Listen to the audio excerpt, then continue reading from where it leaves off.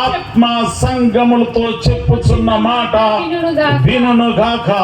జయించు వానికి అని చెప్పి దేవుని పరదేశంలో ఉన్న జీవ వృక్ష ఫలములు భుజింపనిత్తును. చెవిగలవాడు ఆత్మ సంగములతో చెప్పుచున్న మాట వినును కాక. ఆత్మదేవుడు సంగములతో మాట్లాడుతూ ఉంటున్నా.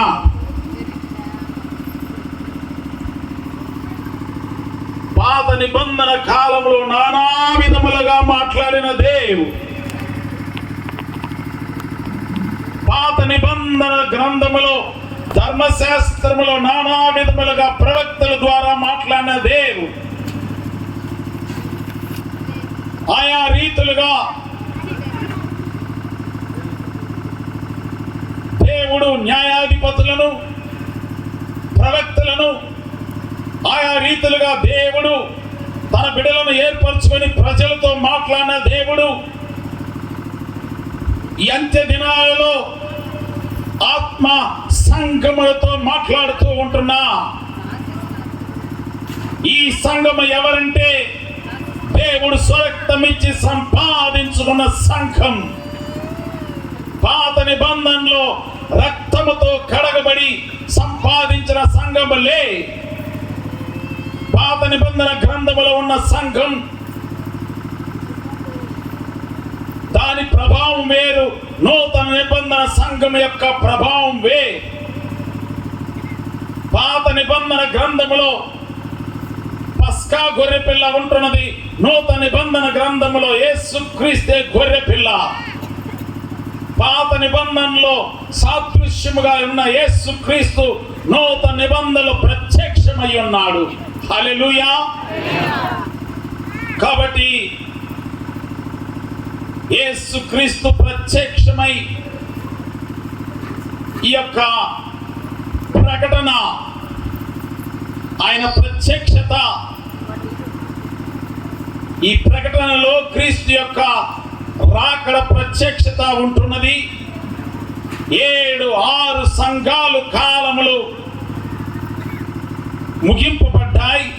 ఇప్పుడు సంఘం ఉంటున్నది 7వ సంఘము, చివరి కాలములో ఉంటున్న సంఘములకు సాదృశ్యము. యేసుక్రీస్తు రాకడలో ఉంటున్న సంఘములకు సాదృశ్యము లౌదోక్య సంఘం. కాబట్టి ఈ సంఘమును గురించి తెలుసుకొనుట, ఈ సంఘము ఎలాగ ఉంటున్నది, ప్రస్తుత సంఘములు ఎలాగ ఉంటున్నాయి అని చెప్పి మనము తెలుసుకొని మారు మనసు పొంది రూపాంతరము చెందాలి. క్రీస్తునందు ప్రియ సహోదరుడా, సహోదరి, ప్రతి సంఘము ద్వారా మాట్లాడుతున్న మాట ఏమనగా చెవి గలవాడు వినును గాక. ఎవరు వినాలి? మీకు అందరికి చెవులు ఉన్నాయా?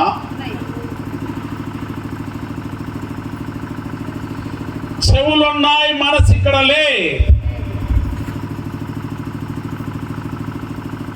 చూస్తున్నారు కానీ చెవులు ఆలకించడం లే. కావున దయచేసి దేవుని మాటలు ఆలకించండి. కడబోర ధ్వని కాలములు వచ్చేశాయి. చెవి గలవారు వినండి. వినుట ద్వారా ఏమి కలుగుతుంది? విశ్వాసము కలుగుతుంది. ఆ మాట యేసుక్రీస్తుదై ఉండాలి. ఈనాడు అన్ని మాటలు వినేదానికి చెవులిస్తాం, దేవుని మాటలు వినేదానికి చెవులు ఇవ్వడం లే. కాబట్టి క్రీస్తునందు ప్రియమైన వారలారా, ఎందుకు మాట్లాడుతూ ఉన్నాడనగా, చూడండి ప్రకటన గ్రంథం 1వ అధ్యాయము. యేసుక్రీస్తు ప్రత్యక్షత కలిగి త్వరలో సంభవించబోయిన సంగతుల గురించి తన దాసుడైన యోహానుకు వర్తమానం పంపి దేవుడు ఎలాగ మాట్లాడుతున్నాడంటే 1:3 సమయము సమీపించి సమీపించినది కనుక ఈ ప్రవచన వాక్యములు చదువువాడును వాటిని విని ఇందులో వ్రాయబడిన సంగతులను కైగొను వారు ధన్యులు. హల్లెలూయా. ఏం సమీపించి ఉన్నది? ఏం సమీపించి ఉన్నదమ్మా? హలో, వింటున్నారా? సమయము సమీపించినది. ఏమి సమయము సమీపించినదంటే యేసుక్రీస్తు రాకడ కాలము సమీపించి ఉన్నది. అపోస్తల కార్యములో యేసుక్రీస్తు మరి 40 దినములు భూలోకములో తన్ను తాను ప్రత్యక్షపరుచుకొని ఆయన ఆరోహణమై వెళుతూ ఉంటున్నప్పుడు తన సేవకులతో ఆయన మాట్లాడుతూ ఉంటున్నాడు. మొదటి అధ్యాయము ఏమి రాయబడి ఉన్నదంటే, మొదటి అధ్యాయము 11వ వచనములో, గలిలయ మనుషులారా, మీరెందుకు నిలిచి ఆకాశం వైపు చూచుచున్నారు? మీ యొద్ద నుండి పరలోకమునకు చేర్చుకొనబడిన యేసే ఏ రీతిగా పరలోకమునకు వెళ్ళుట మీరు చూచితిరో ఆ రీతిగా ఆయన తిరిగి వచ్చునని, ఏ రీతిగా ఆయన పరలోకమునకు ఆరోహణ పోయిండో తిరిగి అదే రీతిగా భూలోకమునకు రాబోతూ ఉంటున్నాడు. ఇది సత్యం.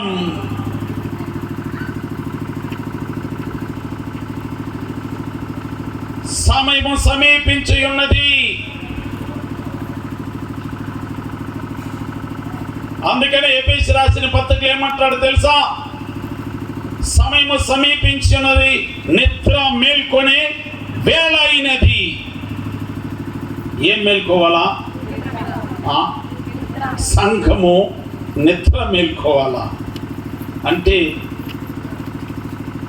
ఎల్లప్పుడూ నిద్రపోతూ ఉండేదని కాదు, ఎల్లప్పుడూ మెలకువగా ఉండేదని కాదు. ఆత్మీయమైన నిద్ర, ఆత్మీయంగా సంఘం మేల్కొనే దినములు వచ్చింది. కొరింథీ రాసిన పత్రికలు అంటారు, రోమీలకు రాసిన పత్రికలు అంటారు, కాలములు ఎరిగి నిద్ర మేల్కొనే వేళైనది.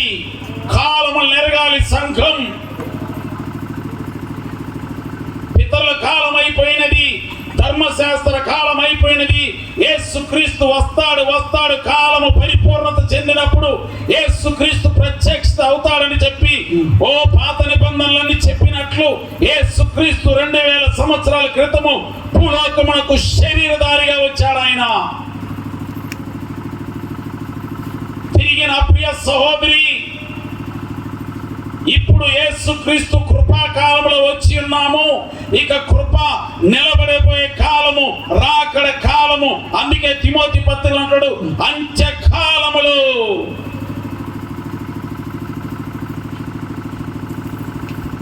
మత్తయి సువార్త 24 అంటాడు, యుగ సమాప్తి.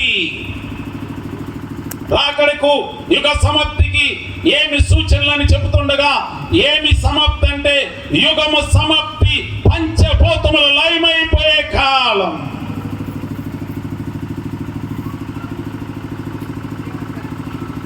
సంఘము నిద్ర మేల్కొనే వేలైనది. విశ్వాసి, నువ్వు నిద్ర మేల్కొనే వేలైనది. కాలములను ఎరగాలి, యుగములు ఎరగాలి. ఈ యుగములో నువ్వు ఉంటున్నావు. యుగము, అందుకే యుగ సమాప్తిలో మనం ఉంటున్నాము. ఈ యుగమునకు ముగింపు. అందుకే రాకడకు సూచనలు. ఇప్పుడు నేను దాని గురించి చెప్పలేదు. రాకడకు, యేసుక్రీస్తు రాకడకు, యుగ సమాప్తికి సూచనలు జరుగుతూ ఉంటున్నాయి. సంఘము నిద్ర మేల్కొనే వేలైనది. ఈ లైవదయక సంఘము గురించి మాట్లాడుతూ ఏమని మాట్లాడుతూ ఉంటున్నాడు అనగా, మీరు చూడండి 3వ అధ్యాయం 19వ వచనం. ఇదిగో నేను తలుపు వద్ద నిలిచి ఉండి. ఏమ్మా 19వ వచనం, నేను ప్రేమించు వారినందరినీ గద్దించి శిక్షించుచున్నాను కనుక నీవు ఆసక్తి కలిగి మారు మనసు పొందుము. ఇది ఈ లౌదోక్య సంఘము మరి వస్త్రములు మరి అల్లే దాంట్లో, అనగా ఆ దినాల్లో కాటన్ వస్త్రాలు కానీ కాటన్ వస్త్రాలు అక్కడే లౌదోక్య సంఘంలో చక్కగా మరి నేతలేసేవా. ఇంకా మంచి వ్యాపారస్తులు కంటి మరి కాటుకలు అక్కడ తయారు చేసే దేశం అక్కడ ఆ లౌదోక్య ఊరు. మంచి వ్యాపార కేంద్రం అది. కాబట్టి ఇప్పుడు యేసుక్రీస్తు ఈ సంఘముతో మాట్లాడుతున్నాడు. సంఘమా, నేను నిన్ను ప్రేమిస్తున్నా. ఓ లౌదోక్య సంఘమా, నేను నిన్ను ప్రేమిస్తున్నా. దేవుడు తన ప్రేమను వెల్లడిపరుస్తూ ఉంటున్నాడు. కాబట్టి నేను ప్రేమించే వారిని అందరినీ గర్భించి, ఏమ్మా, ఒకరు బాగుపడాలంటే ఏం చేయాలా? గర్దించాలా. ఒకడు చెడిపోతా ఉంటే మనం గమ్మునుంటే ఏమవుద్ది అమ్మా? సిలువలో ఒక దొంగ యేసుక్రీస్తు నా సిలువలో అంగీకరించకపోతే మొదటి దొంగ ఏమంటున్నాడు తెలుసా? ఆ దొంగని గద్దిస్తుంది. ఈనాడు గద్దించే వాళ్ళు తక్కువైపోయా. గద్దిస్తే వారి మాట వినడం లే.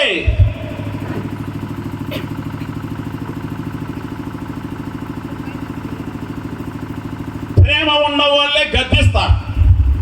మీకు అర్థమవుతుందా? ఏమున్న వాళ్ళు? ఎందుకు? మీరు చెడిపోకూడదు, మీరు బాగుండాలి, మీరు సంతోషముగా ఉండాలి. ఇప్పుడు ఒక తండ్రి బిడ్డ కానీ చదువుకోకపోతే తండ్రి ఏం చేస్తాడు?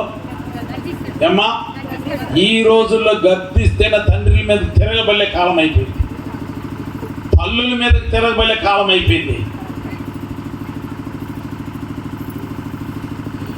దేవుడు కూడా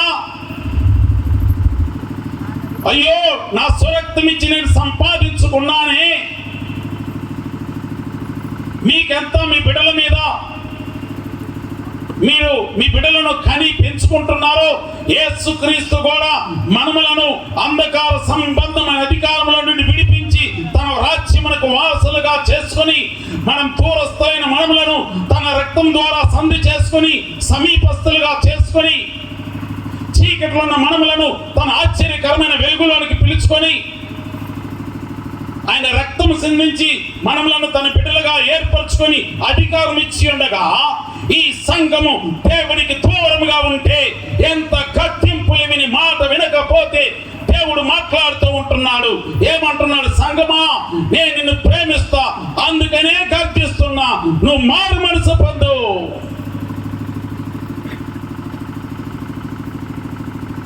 ప్రేమించే వారిని ఏం చేస్తున్నాడు ఆయన? అమ్మా, ప్రేమ. అందుకే 3:16 యోహానులో ఏమంటున్నాడంటే, దేవుడు లోకమును ఎంతో ఆనంద, అక్కడ ఎంతో ప్రేమించును కాగా తన ద్వితీయ కుమారుని యందు విశ్వాసం ఉంచువాడు నశింపక. ఎందుకు దేవుడు ప్రేమిస్తున్నాడు? ఎందుకు దేవుడు గర్జిస్తున్నాడంటే నశింపక నిత్య జీవం పొందేదానికి. హల్లెలూయా చెప్పండి, హల్లెలూయా. వాక్యం వింటున్నారమ్మా? అమ్మ, వాక్యం వింటున్నారు తల్లి? ఎందుకు దేవుడు ప్రేమిస్తున్నాడంటే మనుషులందరూ నశింపక నిత్య జీవం పొందుకునే దానికి ప్రేమిస్తున్నాడు. ప్రేమించే వారిని గర్జిస్తూ ఉంటున్నా.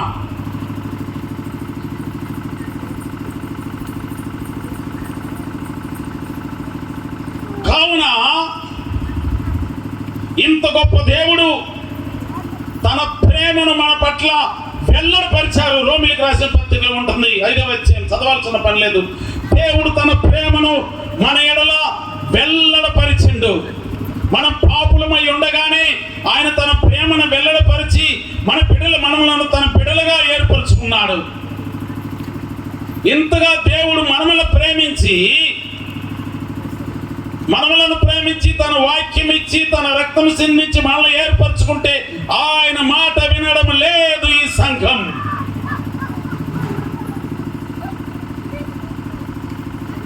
అందుకని దేవుడు ఏం చేస్తుండో ఏమ్మా, దేవుడు ప్రేమిస్తున్నాడు కాబట్టి గర్జిస్తున్నాడు. దేవుడు ప్రేమించకుండా, దేవుడు గర్జించకుండా మౌనముగా అయిపోతే ఏమవ్వాలి సంఘం? నీ బిడ్డను నువ్వు గర్జించకుండా, నీ బిడ్డకు నీవు మరి శిక్షించకుండా, నీ బిడ్డలు తగిన రీతిగా మార్గంలో తీసుకుపోతే నీ బిడ్డలు, నీ కుటుంబం ఏమవుతా?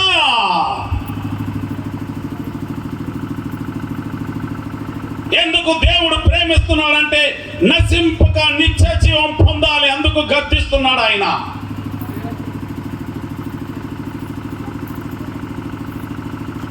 ఈనాడు ఈ తూర్పు చెన్నంపల్లి వరికుంటపాడు మండలంలో ఎవరు నశించుతా దేవునికి ఇష్టము కాదు.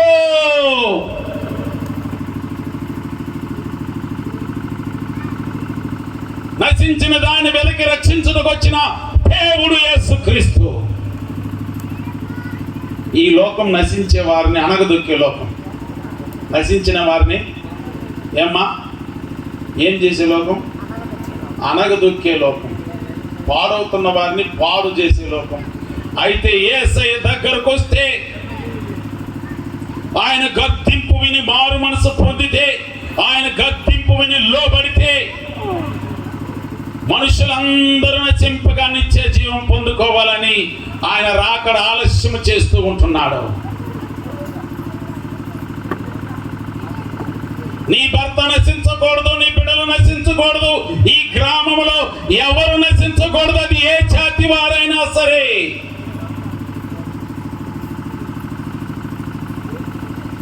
యేసుక్రీస్తులో మతభేదం లేదు, కులభేదం లేదు.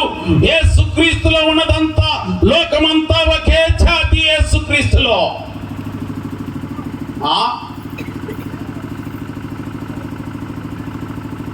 మానవులు నశిస్తూ ఉన్నారు, దేవుడు ప్రేమిస్తూ ఉంటున్నాడు,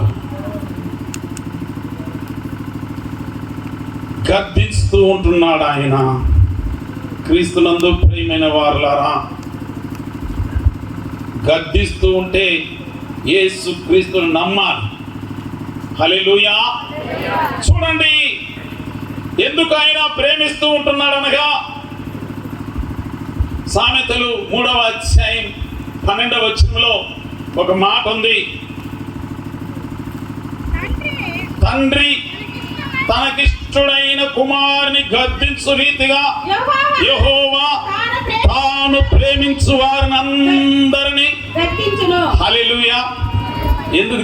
ఎందుకు గద్దిస్తున్నాడు? యెహోవా తాను ప్రేమించు వారిని అందరినీ ఏమ్మా ఏం చేస్తుండో? తాను ప్రేమించే వారిని అందరిని ఏం చేస్తుండో? హల్లెలూయా. అప్పుడు మన సంఘంలో ఉన్న వారిని అందరినీ ఎవరు ప్రేమిస్తున్నారు? దేవుడు మన సంఘంలో ఉన్న వారిని అందరినీ, ఏమ్మా ఈ గ్రామంలో ఉన్న వారిని అందరినీ దేవుడు ప్రేమిస్తున్నాడు. ప్రేమించే వారిని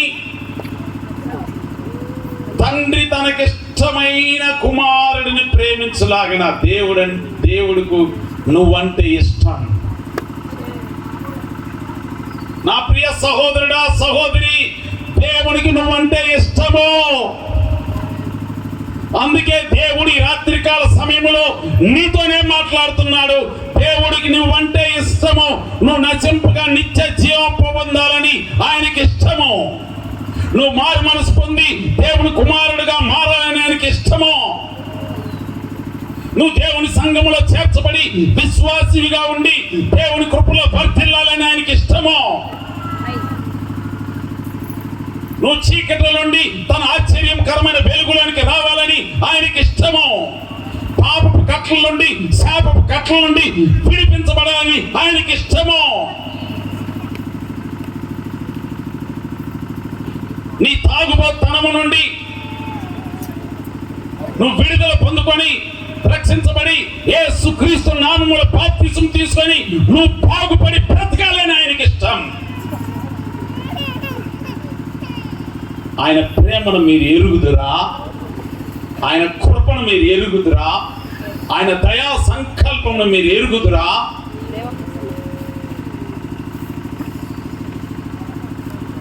క్రీస్తునందు ప్రియమైన వారలారా, ఆయన తండ్రిని, తండ్రికి మించి నిన్ను ఎక్కువగా ప్రేమించే దేవుడు ఆయన. కాబట్టి ఆయన ప్రేమిస్తూ ఉంటున్నాడు, కాబట్టి వారిని గద్దిస్తూ ఉంటున్నాడు. దేవుడు ఎందుకు గద్దిస్తున్నాడంటే మనం మారు మనసు పొందాలని. దేవుని గద్దింపుకు మనం చూసినట్లయితే కీర్తనలో ఉంది, మీరు చదవాల్సిన పని లేదమ్మా. కీర్తన 106లో ఉంది, ఆ వచనము 106:9. ఆయన ఎర్ర సముద్రం గద్దింపగా ఎర్ర సముద్రం 2 పాయలే. ఏం చేస్తే గద్దించింది. మత్తయి సువార్త 8వ అధ్యాయంలో శిష్యులు ఆ పడవ మీద పోతూ ఉంటే శిష్యులు వచ్చి, అయ్యా మేము నశిస్తుపోతున్నామంటే యేసుక్రీస్తు లేచి సముద్రమును గద్దించగా సముద్రం ఏమైంది? నిమ్మలమైపోయింది. పేతురు అత్తలింటిలో పోయి జ్వరమును గద్దించగా పేతురు అత్త మరి జ్వరముతో పట్టబడి విడుదల దొరికింది. ఆయన గద్దింపుకు అన్ని లోబడుతుంది, సృష్టి లోబడుతుంది. ఆయనకు గద్దింపుకు లోబడని వ్యక్తి నీవే.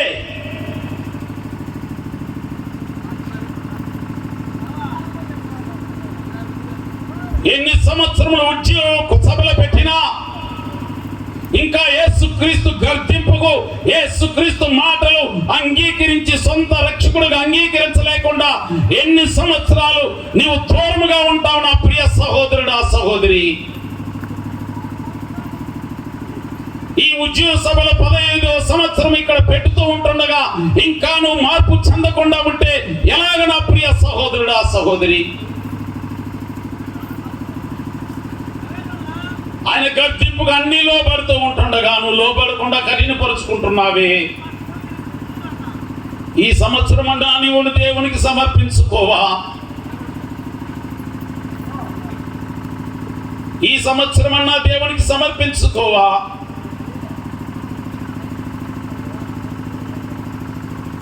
క్రీస్తునందు ప్రియమైన వారలారా, సామెతలు ఏమంటాడు తెలుసా? గద్దింపునకు లోబడిన వాడు దారి తప్పును అని చెప్పి 10:17లో ఉంటున్నది. దారి తప్పిపోతున్నావేమో, నువ్వు దారి తప్పిపోకూడదని దేవుడు నీతోనే మాట్లాడుతూ ఉంటున్నాడు. నా ప్రియ సహోదరుడా, నువ్వు దారి తప్పిపోతున్నావు. నీ కుటుంబమును కట్టుకోకుండా దారి తప్పిపోతున్నావు. ఓ యవనస్తుడా, నీవు చక్కగా నిలబడలేక దారి తప్పిపోతున్నావు. ఓ యవనరాలా, నువ్వు దారి తప్పిపోతున్నావు. ఈ దినము దారి తప్పిపోతున్న వారులారా, దేవుడు నీతోనే మాట్లాడుతూ ఉంటున్నాడు. అదే సామెతలు ఏమంటాడు తెలుసా? ఎన్నిసార్లు గద్దించినను లోబడిన వాడు అమ్మా మరి తిరుగు లేకుండా హఠాత్తుగా 29:1 ఉంటుంది ఆ మాట. సరే, ఇక్కడ ఒకటి ఆయన ప్రేమిస్తున్నాడు. ఆయన ప్రేమ ఎలాంటిదంటే నీ పట్ల ఇశ్రాయేలు అంటాడు, శాశ్వతమైన ప్రేమతో నేను మిమ్మల్ని ప్రేమిస్తున్నాను. హల్లెలూయా. దేవుని ప్రేమ ఎలాంటిది? శాశ్వతమైన ప్రేమ. మన ప్రేమ ఎట్టాడిది చెప్పండి అమ్మా. మనుషుల ప్రేమ ఎట్టాడిదో చెప్పండి. ఈనాడు డబ్బును బట్టి ప్రేమ, రక్త సంబంధాలను బట్టి ప్రేమ, రాజకీయమును బట్టి ప్రేమ, సంఘాలను బట్టి ప్రేమ, కులాన్ని బట్టి ప్రేమ, మతమును బట్టి ప్రేమ.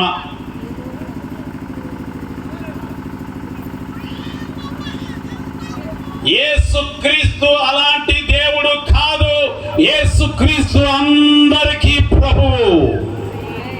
ఆయన లోకమునంతా ప్రేమిస్తున్నాడు. ఆయన ప్రేమ స్వరూపి.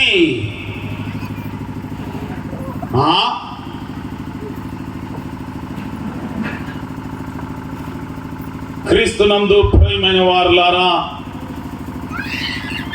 దేవుడు మాట్లాడుతూ ఉంటున్నాడు. ఈ యొక్క సంఘ పరిస్థితి ఎలాగున్నదంటే మీరు చూడండి ఆయన ఏం మాట్లాడుతున్నాడంటే 14 వచనంలో 3:14లో చదువు తల్లి. అమ్మా ఎక్కడున్నావు తల్లి నువ్వా? ప్రకటన 3:14లో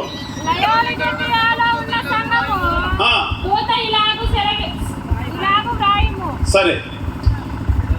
ఆమేన్ అనువాడును నమ్మకమైన సత్య సాక్షి. హల్లెలూయా. ఎవరమ్మా ఆమేన్ అంటే? దానికి అర్థమండి కలుగును గాక. హల్లెలూయా. మన దేవుడు ఆమేన్ అంటే ఉన్నవాడు అనువాడు కలుగును గాక అనే దేవుడు నమ్మకమైన సత్య సాక్షి. హల్లెలూయా. యేసుక్రీస్తు ఎవరమ్మా? నమ్మకమైన. ఈనాడు సత్యం గురించి చెబితే సత్యాన్ని అంగీకరించని లోకం. సత్యం ఎవరు? సత్యం ఎవరు? యేసుక్రీస్తు ఏం చెప్పిండు? నేనే మార్గము సత్యము. యేసుక్రీస్తు సత్యమునకు సాక్షి, సత్య సాక్షి. ఈనాడు సత్యము చెప్తే లోకం అంగీకరించనంటున్నది. అబద్ధాలకే లోకం. సత్యమును అంగీకరించని లోకం. సత్యమును అంగీకరిస్తే మన భారతదేశము కానీ మన పట్టణాలు మన గ్రామాలన్నీ ఎప్పుడో ఇంకా ఇంకా ఆశీర్వాదకరంగా మారిపోతాయి. హల్లెలూయా. సత్యము నీకు తెలుసుకోవాలంటే నువ్వేం చేయాలి? సత్యం తెలుసుకోవాలంటే ఏం చేయాలమ్మా? బైబిల్ చదవాలి. ఏం చదవాలా? ఏం చదవాలి? ఇది మొదలుకొని ఎవరెవరు బైబిల్ చదవలేదో వాళ్ళంతా ఏం చదవాలి? మీరు పుస్తకాలు చదువుతున్నారు, మంచిది. మీరు అన్నీ చదువుకుంటున్నారు, మంచిది. అయితే వీటన్నిటికి మించి మనకు ఏం చదవాలా? బైబిల్ చదవాలా. ఈ బైబిలే సత్యము. ఈ సత్యమే నిన్ను స్వతంత్రులుగా చేస్తుంది. యేసయ్య సత్య సాక్షి. హల్లెలూయా. కాబట్టి సత్య సాక్షి దేవుని దృష్టికి దేవుని సృష్టికి ఆదియునైన వాడు చెప్పు సంగతులేమనగా ఓ సర్వ సృష్టికి యేసయ్య ఎవరు? అమ్మా యేసయ్య ఎవరు? సర్వ సృష్టికి ఆయనే ఆది సంభూతుడు. హల్లెలూయా. మనం ఆరాధించే దేవుడు ఎవరని మొదట మనం తెలుసుకోవాలి. మనం స్తుతించే దేవుడని ఎవరని మనం తెలుసుకోవాలి. మీకు అర్థమవుతుంది అమ్మా? వాక్యం అంటుండ్రా? ఏం విసిగిపోయారు సార్? ఏది ప్రసాద్ ఏడయ్యా? ఏం విసిగిపోయారు అంత లోపల? మనం ఆరాధించే దేవుడు ఎవరని మొదట మనం తెలుసుకోవాలా. మనం స్తుతించే దేవుడు, మనం ప్రార్థనలు చేసే దేవుడు, మన మధ్య ఉంటున్న దేవుడు ఎవరని మనం తెలుసుకోవాలి మొదట. మీరు చూడండి ఆకాశం వైపు ఎంత పెద్దదని. ఆకాశంలో ఉన్న సూర్యుడు, నక్షత్రములను, చంద్రుని చూడండి. ఎవరు వీటినన్నిటిని కలగజేసింది? ఎవరు? మన దేవుడు. హల్లెలూయా. మన దేవుడు. ఎవరు కలగజేసింది? తెలుసుకోవాలి. కావున ఏమంటున్నాడంటే నీ క్రియలను నేను. ఈ సంఘము క్రియలు సరిలేవు. ఏం సరిలేవు? ఏం సరిలేవు? క్రియలు సరిలేవు. విశ్వాసులు ఉంటున్నారు, సంఘం ఉంటున్నది, క్రియలు లేని విశ్వాసం.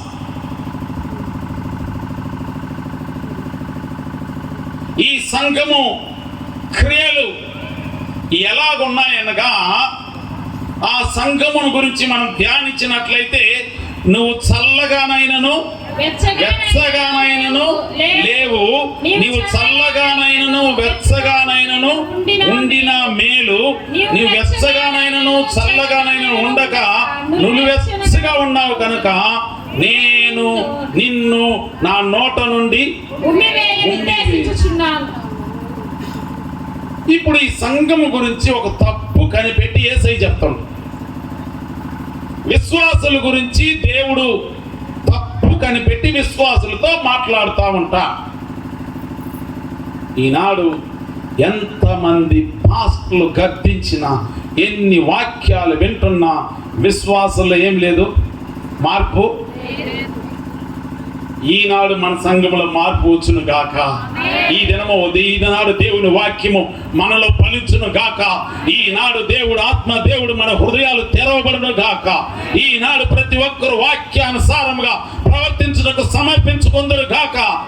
ఈనాడు ప్రతి ఒక్కరు దుష్టత్వం నుండి, అంధకారం నుండి విడుదల పొందుకుందరు గాక. ప్రతి వారి మనో నేత్రములు ఈ దినము తెరవబడును గాక. ఈ సంఘములో క్రియలు లే. సంఘాల్లో దేవుని క్రియలు ఉంటే ఎప్పుడో భారతదేశం రక్షించబడి ఉంటుంది. సంఘాలు ఏముండాలా? ఈ క్రియలు సరిగా లేవు. క్రీస్తునందు ప్రియమైన వారులారా, మన క్రియలన్నీ ఎవరికి తెలుసు? దావీదు అంటాడు, నేను కూర్చొనుట నీకు తెలుసు, నేను లేచుట నీకు తెలుసయ్యా, నా హృదయంలో తలంపులు పుట్టక ముందే వాటిని ఎరిగి ఉన్నావయ్యా. నువ్వు అనుకోవచ్చు, నీ క్రియలు ఎవరు చూడలేరని. నీ క్రియలను ఎవరు చూస్తున్నారు? ఎవరు చూస్తున్నారు? నువ్వు ఏమేమి క్రియలు చేస్తున్నావు, ఏమేమి మాట్లాడుతున్నావు, నువ్వు ఎలాగ ప్రవర్తిస్తున్నావు, ఎలాగ మాట్లాడుతున్నావు, నీ నడత ఎలాగుంది, నీ ప్రవర్తన ఎవరిలాగున్నది, మనుష్యులు కన్ను మూసినా సరే దేవుని కన్ను దృష్టికి మరుగైన సృష్టము భూలోకములో లేనే లే. కాబట్టి ఈ దినము నీ క్రియలు దేవుని దృష్టికి ఒకవేళ వేరుగా ఉంటే, ఇరిమియా గ్రంథంలో ఒక మాట ఉంది, మీరు చూడండి. ఇరిమియా గ్రంథము 23-24 చదవమ్మా.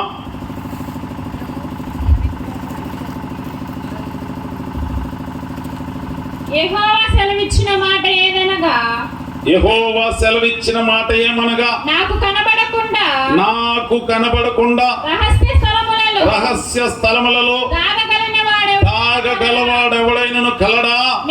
నేను భూమి ఆకాశములందట నున్నవాడును కానా? ఇదే చూడండి, నేను సమీపింపకుండానట్లు అమ్మా దేవుడను మాత్రమేనా? చూడండి, యెహోవా సెలవిచ్చినది ఏమనగా, నాకు కనబడకుండా రహస్య స్థలములలో దాగగలవాడెవరైనా. దేవుడికి కనబడకుండా ఏది దాచుకోలే. నీ హృదయంలోను దాచుకున్న దేవునికి తెలుసు, నీ తలంపులను దాచుకున్న దేవునికి తెలుసు, దేవునికి అన్నీ తెలుసు. ఆయన మనుషుల హృదయములను అంతరంగములను పరిశోధించే దేవుడా. ఈ సంఘ క్రియలు ఎవరు చూస్తున్నారు? ఎవరు చూస్తున్నారు? ఎవరమ్మా చూసేది? ఎవరు చూసేది? వినపడని వాళ్ళందరూ చెప్పండి, ఎవరు చూసేది? ఓ, వినపడుతుందా మీకు? సరే, ఎలాగుందంటే చల్లగా లేదు, వెచ్చగా లేదు, నులి వెచ్చలుగా ఉంది. ఇది చల్లగా ఉంటున్నది, వేడి లేదు. దేవుని బిడ్డలు ఎల్లప్పుడూ ఎలాగుండాలంటే నులివెచ్చని జీవితం ఉండకూడదు. ఎల్లప్పుడూ ఎలాగుండాలా?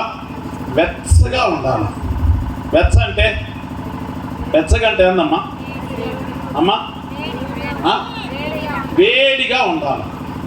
వేడంటే మండుతూ ఉండాలి. హల్లెలూయా. దేవుని బిడ్డలు రక్షించబడిన తర్వాత నువ్వు ప్రార్థనలో మండుతూ ఉండాలా. ఆత్మీయ జీవితం మండుతూ ఉండాలా.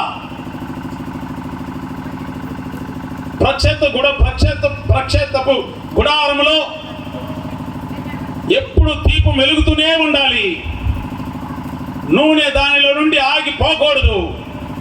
దేవుని బిడ్డలు ఎల్లప్పుడూ మరి ఆత్మీయ జీవితంలో వెలుగుతూనే ఉండాలి. అందుకే యేసుక్రీస్తు అంటాడు, మీ దీపములను వెలుగుచుండనీయుడి.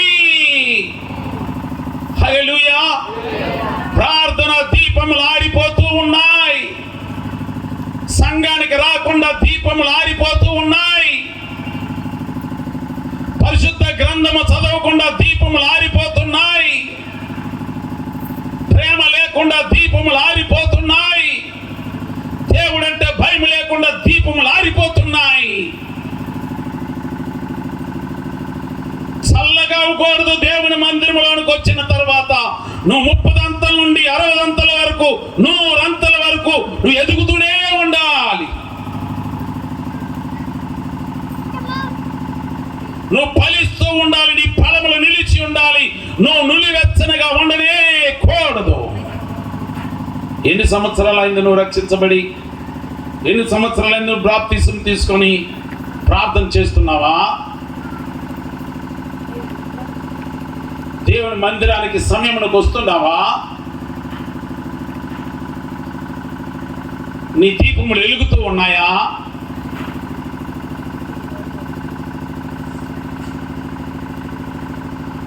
బుద్ధి కలిగిన కన్యకులు తమ దీపములు సిద్ధపాటు చేసుకుంటున్నారు. వారి దీపములు వెలుగుతూ ఉన్నాయి. ఎప్పుడు వెచ్చగా ఉంటున్నారు వాళ్ళ ఆత్మీయ జీవితంలో. నీ సిద్ధిలో నూనె ఆగిపోయిందేమో. దేవుడి దినము నీతోనే మాట్లాడుతున్నాడు. అయ్యా, పరిశుద్ధాత్మ అభిషేకము నాకు మరలా కావాలి ప్రభువా. ఎక్కడెక్కడ నీ దీపం మారిపోయిందో, ప్రభువా నా దీపము ఏమవ్వాలా? ఒక పాట ఉంది, యేసన్న గారు పాడిన పాట. ఏం పాట అది? నా దీపము యేసయ్యా నీవు వెలిగించినావు, సుడి గాలిలోనైనా జడివానలోనైనా ఆరిపోదులే నీవు వెలిగించిన దీపము. నీవు వెలిగించిన దీపము, నీవు వెలిగించిన హల్లెలూయా. దీపాలు ఎట్టుండాలా? వెచ్చగా ఉండాలా. ఈనాడు చూసినట్లయితే దేవుడు స్వరక్తం ఇచ్చి సంపాదించుకున్న తర్వాత ఈ దీపాలు వెలకపోతే ఎవరు కోపం వస్తుంది? బిడలుగానే సరిగా చదువుకోకుండా వాడు ఊరు తిరగతా, వాడు 24 గంటలు మొబైల్ చూసుకుంటా, రకరకాలుగా మరి వాడు చెడు అలవాట్లకు గురైపోతుంటే తల్లిదండ్రులకు ఎంత బాధ కలగద్ది. అదే మాదిరి యేసుక్రీస్తు ఏం చెప్తుండంటే, నేను నా నోట నుండి ఉమ్మి వేయుచున్నా. ఎంత భయంకరమైన మాట చూడండి.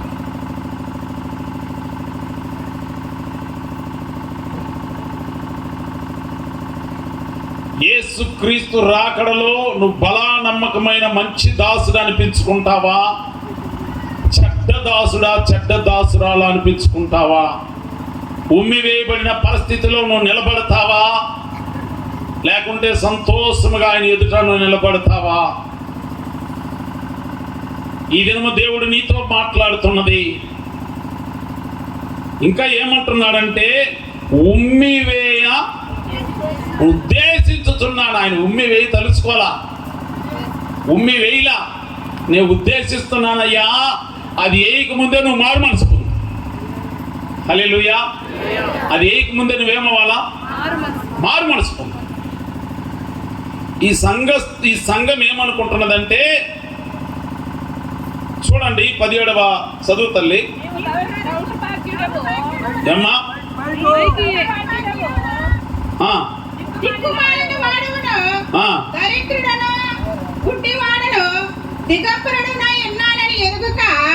నేను ధనవంతుడను, ధనవృద్ధి చేయనున్నాను, నాకేమీ కొదువు లేదని చెప్పుకొనుచున్నావు. చూడండి, ఆ యొక్క లౌకిక సంఘం ఏమనుకుంటుంది, ఆ ప్రజలు ఏమనుకుంటున్నారంటే, నాకేమీ కొదువలేదు, నేను ధనవంతుడను, నా దగ్గర ధనము సమృద్ధిగా ఉంది, నాకేమి కొదువు లేదు.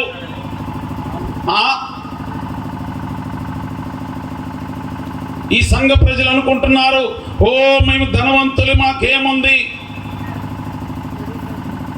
క్రీస్తునందు ప్రియమైన వారులారా, ఎంత ధనము సంపాదించినా సరే ధనవంతుడు చనిపోతే ఎక్కడికి పోయిండు? పాతాళానికి పోయిండు. దరిద్రుడైన లాజరు చనిపోతే ఎక్కడికి పోయిండు? ఏమ్మా? పరదేశికి పోయిండు. ఒక మనిషి ధనము ఒక మనిషిని రక్షించదు.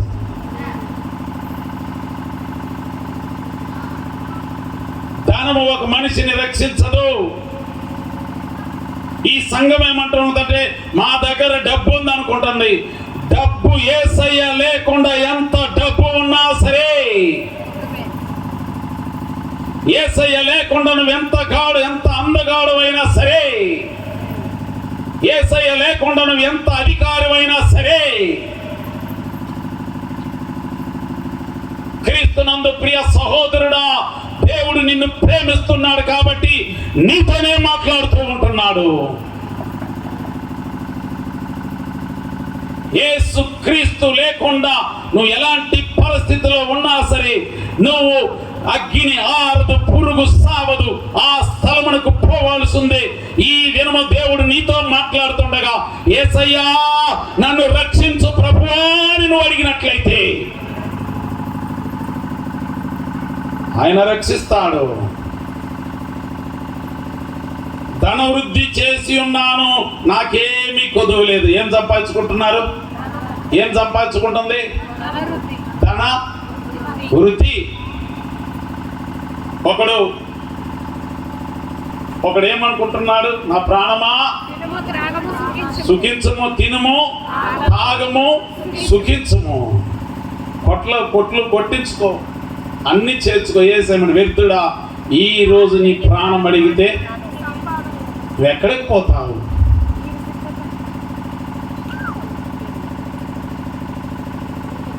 క్రీస్తునందు ప్రియమైన వారులారా, ఈనాడు కూడా అనేక మంది ధన సమృద్ధిలోనికి పోతున్నారు. ధనం సంపాదించుకోవాలా? సండే చర్చికి రాయ్యా, నేను బిజీ సార్. అమ్మా సండే చర్చికి రా, నేను బిజీ సార్. యేసయ్య సాతాను బిజీ చేసి యేసయ్యకు దూరం చేస్తుంది. సాతాను గ్రహించు. చర్చికి రానియకుండా, బైబిల్ చదవనీయకుండా, ప్రార్థన చేయనీయకుండా, పరిశుద్ధులతో సహవాసం లేకుండా నిన్ను దూరపరుస్తుంది సాతాను. మందిరం దగ్గర ధనం సంపాదించుకో, ఉద్యోగానికి పో, ఆదివారం బిజీగా ఉండు.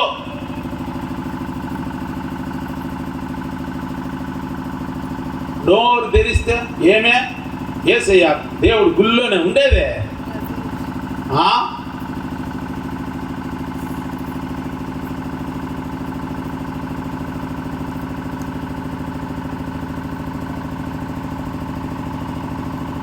క్రీస్తునందు ప్రియ సంఘమా, ఎంతి దినాల్లో దేవుడు అందరిని ప్రేమిస్తున్నాడు. హల్లెలూయా. కాబట్టి వీరట్ అనుకుంటుంటే యేసయ్య ఏం చెప్తున్నాడంటే, యేసుక్రీస్తుకు ఆ సంఘం గురించి తెలుసు కాబట్టి నీ కాడ అన్నీ అనుకుంటున్నావు. నువ్వు ఎవరంటే, ఓ సంఘమా, నువ్వు దౌర్భాగ్యమైన సంఘము, నీవు దిక్కుమాలిన సంఘము, దరిద్రుడవు, గుడ్డివాడువు, దిగంబారు అయి ఉన్నావు, ఎరుగుగా పోతుంది.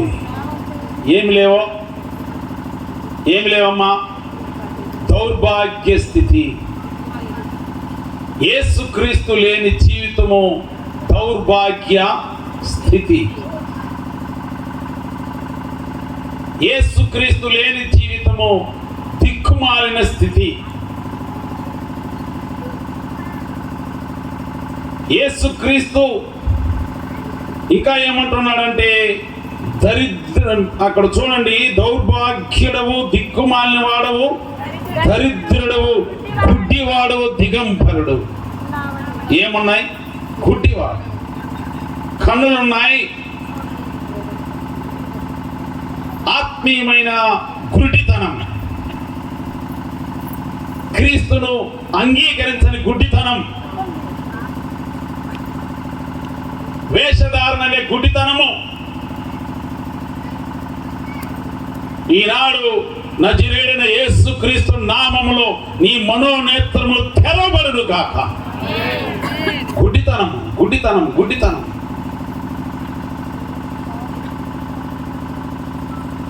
వీరికి గుడ్డితనం పెట్టుకోవడంతో ఇంకా ఏమంటున్నాడంటే దిగంబరుడు ఉన్నావని ఎరుగక. దిగంబరుడు అంటే అక్కడ ఈ యొక్క లౌదేక సంఘము వస్త్రాలు తయారు చేసే ఊరది. అక్కడ ఆ పట్టణమును చూసి యేసయ్య ఏమని మాట్లాడుతూ ఉన్నాడంటే దిగంబరుడు, బట్టలు లేకుండా ఉన్నారు. ఈనాడు సంఘాల్లో ఏమి లేవమ్మా? బట్టలే, నీతి వస్త్రాలు లే. నీతి వస్త్రాలనే బట్టలు ధరించుకో సంఘమా. దీన వస్త్రం అనే బట్టలు ధరించుకో సంఘమా. పరిశుద్ధ అలంకారములనే బట్టలు ధరించుకో సంఘమా.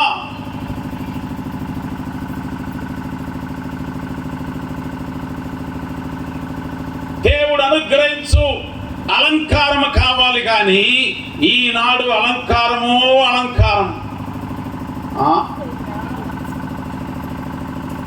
ఈ వస్త్రాలు కావాలి, తేజో సంబంధమైన యుద్ధోపకరణాలు ధరించుకోమంటున్నాడు. ఆత్మ ఫలములు ధరించుకొని జీవించాలి. క్రీస్తు పత్రికగా మారే వ్యక్తిగా మారిపోవాలి నీవు ఈ దినము ఈ చివరి రోజు దేవుడు నీతో మాట్లాడుతూ ఉంటుండగా వస్త్రాలు నువ్వు అడిగి యేసయ్య దగ్గర అడుగు. నీవు ప్రభువా, నా దగ్గర ప్రేమ వస్త్రాలు లేవు నాయన, నాకు ఆ ప్రేమ వస్త్రాలు దయచేయి నాయన. నాకు సంతోష వస్త్రాలు లేవు నాయన, సంతోష వస్త్రం దయచేయి నాయన. సమాధాన వస్త్రం లేదు, నేను ఎవరితో సమాధాన పడినా.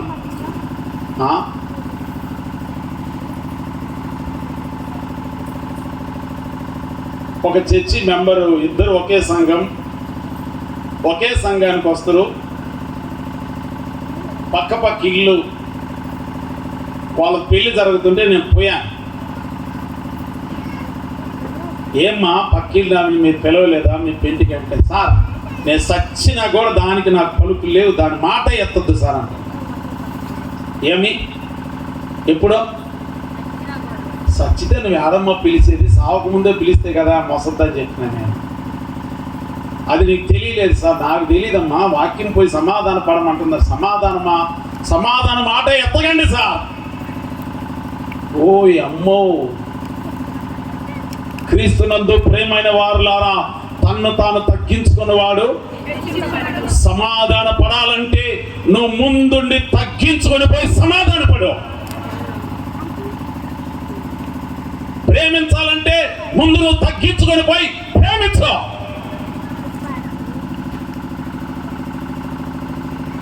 వాక్యం వినుట సులభం, వాక్యానుసారంగా ప్రవర్తించాలంటే నీలో కోపమున్న ఈర్ష్యలు, పగలు, ద్వేషాలు, కక్షలు, కామాలు, కోత, మత్సరాలు, పురాములు ఎన్ని ఉన్నా సరే నువ్వు మోకాళ్ళేసి ప్రార్థనలు చేసుకొని వాటిని చంపు. ఎన్ని రోజులు వాటిని చంపకుండా నీ శరీరంలో పెట్టుకుంటావు? ఎన్ని రోజులు వాటిని చంపకుండా నీ తలంపులో పెట్టుకుంటావు? ఎన్ని రోజులు వాటిని చంపకుండా దేవుని నామాన్ని మహిమ కలగకుండా జీవిస్తావు నీవు? ఈ 3వ దినం అన్నా సరే నువ్వు మోకాళ్ళేసి ప్రార్థనలు చేయి. ప్రభువా, నేను తగ్గిపోయి సమాధాన పడతా, తగ్గిపోయి ప్రేమిస్తా, తగ్గిపోయినైనా నీతిగా జీవిస్తా, తగ్గిపోతాను ప్రభువా. తగ్గింపు నీలో నీ డబ్బును బట్టి గర్వం, నీ అందమును బట్టి గర్వం, నీ కులమును బట్టి గర్వం, నీ ఉద్యోగాన్ని బట్టి గర్వం.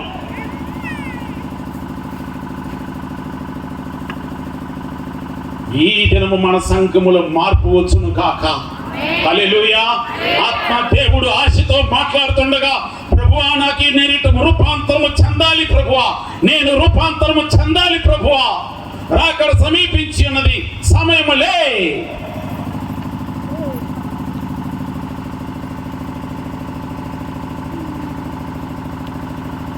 ఏం వస్త్రాలు కావాలా?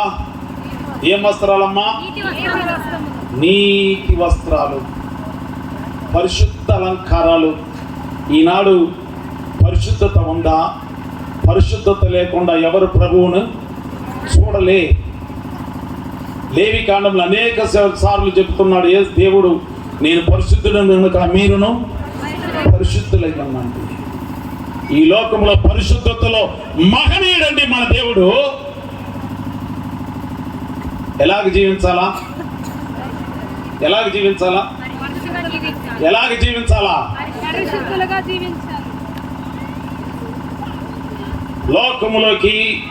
లోకములో ఉన్న వారికి ఈ సత్యాలు తెలియదు. నీకు అర్థమవుతుందా? లోకస్తులకి సత్యము ఏమ్మా తెలియదు. పేతురు మరి పిలాతు యేసయ్య దగ్గర సత్యం అంటే ఏమిటి అని అడుగుతాడు. లోకస్తులకు సత్యము తెలియదు. లోకస్తులకు పరిశుద్ధత అంటే తెలియదు. లోకస్తులకు నీతి వస్త్రాలంటే తెలియదు. పరిశుద్ధ అలంకారం అంటే తెలియదు. దేవుడు మనకు చెప్పి ప్రేమతో గద్దించి తీసుకోండి ఈ వస్త్రాలు తీసుకోండి, ఇవి మీరు ధరించుకోండి, మీరు బలపడండి అని మనకిస్తున్నప్పుడు సంఘము వాటిని ప్రార్థన చేసుకొని వాటిని పొందుకోవాలి. ఏం చేయాలా? ప్రార్థన చేసి. ఎంతమంది బాగా ప్రార్థన చేస్తున్నారో చెప్పండి. ఈనాడు ప్రార్థనలు చేసేవాళ్ళు కొరవైపోయారు. పెందల లేచి ప్రార్థన చేయడం లేదు. రాత్రి మధ్య టీవీలు వచ్చేసినాయి, టీవీలో సినిమాలు వచ్చేసినాయి. రాత్రి 12 గంటలకు హాయిగా టీవీలు చూడటము, తెల్లవారుజామున 7-8 గంటలకి గ్రామాల్లో కూడా అయిపోయింది. ఇంతకుముందు గ్రామాల్లో 4 గంటలు వేసేవారు, గ్రామాల్లో కూడా 7-8 గంటలు వేస్తున్నారు. ఉదయకాలం లేచి ప్రార్థన చేయాలి. హల్లెలూయా. ఇవన్నీ ధరించుకోవాలంటే ఎప్పుడు లేచి ప్రార్థన చేయాలా? చీకటి ఉండగానే వేకుజామున లేచి ఏం చేయాలా? విశ్వాసముతో దేవుని దగ్గరకు వచ్చి, ప్రభువా నాకు నన్ను ఈ విధముగా ఉండాలి, వాక్యం చెప్పినట్టు నేను మారాలయ్యా, వాక్యం చెప్పిన నాకు వస్త్రాలు ఇయ్యయ్యా, వాక్యం చెప్పిన నేను బలపడాలి ప్రభువా, నాకు సహాయం చెయ్యయ్యా, నా భర్తకు సహాయం చేయి, నా బిడ్డలకు సహాయం చేయి, నా సంఘానికి, నా గ్రామానికి, నా పట్టణాలకు సహాయం చేయమని నువ్వు దేవుని దగ్గర కూర్చొని ప్రతిమలాడి అడిగి వాటిని పొందుకుంటే యేసయ్య ధారాళముగా అందరికీ ఇచ్చే దేవుడు. హల్లెలూయా. అందరికండి ఆయన కృపావరాలు, ఆయన ఆత్మ ఫలములు, ఆయన వస్త్రాలు, ఆయన మహిమ, ఆయన ప్రభావము, పరిశుద్ధాత్మ శక్తి పక్షపాతం లేకుండా అందరికి ఇచ్చే దేవుడు ఆయన. ఇదే నువ్వు అడుగు నా ప్రియ సహోదరుడా సహోదరి.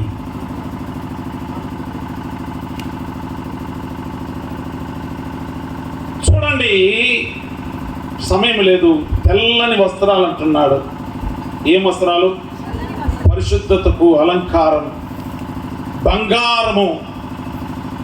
దేవుని వాక్యమే ఈనాడు దేవుని వాక్యం అనేది మేలిమి బంగారము కంటే శ్రేష్టమైనది దేవుని వాక్యం.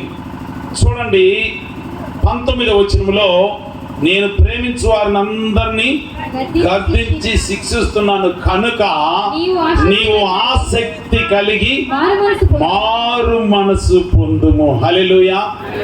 ఏం కలగాల? ఆసక్తి కలిగి మారు మనసు. ఏం కావాలమ్మా? దేవుళ్ళు ఎదగాలంటే ఏం కావాలి? ఆసక్తి కావాలి. నాకు ప్రార్థన చేసి ఆసక్తి పుట్టించయ్యా, సమయానికి మందిరానికి కరెక్ట్ టయానికి వచ్చేదానికి ఆసక్తి పుట్టించయ్యా, నాలో సోమరితనము తీసివేయి తండ్రి, నాలో తిండిపోతుతనము తీసివేయండి నాయన, నాలో ఏమి రావాలా? బలహీనతలు తీసివేయి నాయన, పాటలు పాడేదానికి ఆసక్తి పుట్టించు, నీ పరిచర్య చేసేదానికి ఆసక్తి పుట్టించు. ఇట్లా నేను మార్పు చెందాలా, ఈ వాక్యం చెప్పినట్లు నేను మార్పు చెందాలా, నాకు ఆసక్తి పుట్టించు ప్రభు అని చెప్పి ఏమి రావాలి నీకు? అమ్మా ఆసక్తి రావాలా మారు మనసు పొందేదానికి. నువ్వు మనసు మార్చుకో. మారు మనసు పొందండి. పరలోక రాజ్యం సమీపించిందంటే యేసుక్రీస్తు ఏం చెప్పిందంటే, పరలోక రాజ్యంలో ఉన్నవన్నీ నేను తీసుకొచ్చినానయ్యా, నువ్వు మారు మనసు పొందుకొని అడిగితే నేను నీకు ఇస్తానయ్యా అని చెప్పి ఆయన పిలుస్తూ ఉన్నాడు. ఏం కావాలి మనకి? రాజకీయములంటే ఆసక్తి, మొబైల్లో గేమ్స్ చూడాలంటే ఆసక్తి, 24 గంటలు పెట్టుకొని చెవిలో మాట్లాడాలంటే ఆసక్తి, రాజకీయ నాయకులతో తిరగాలంటే ఆసక్తి, సినిమాలు చూడాలంటే ఆసక్తి, నాటకాలు చూడాలంటే ఆసక్తి, ఊర్లు తిరగాలంటే ఆసక్తి.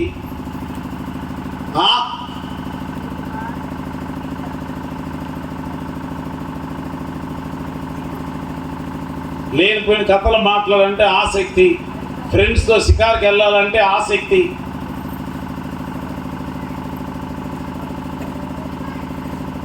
ఈ దినము మన సంఘములో అందరికీ దేవుని మీద ఆసక్తి పెరుగును గాక, ప్రార్థించుటకు ఆసక్తి పెరుగును గాక, బైబిల్ చదువుటకు ఆసక్తి పెరుగును గాక, సంఘములో స్తుతించుటకు, ఆరాధించుటకు, పరిశుద్ధాత్మలు నింపబడి ప్రార్థించుటకు అందరికీ ఆసక్తి పెరుగును గాక.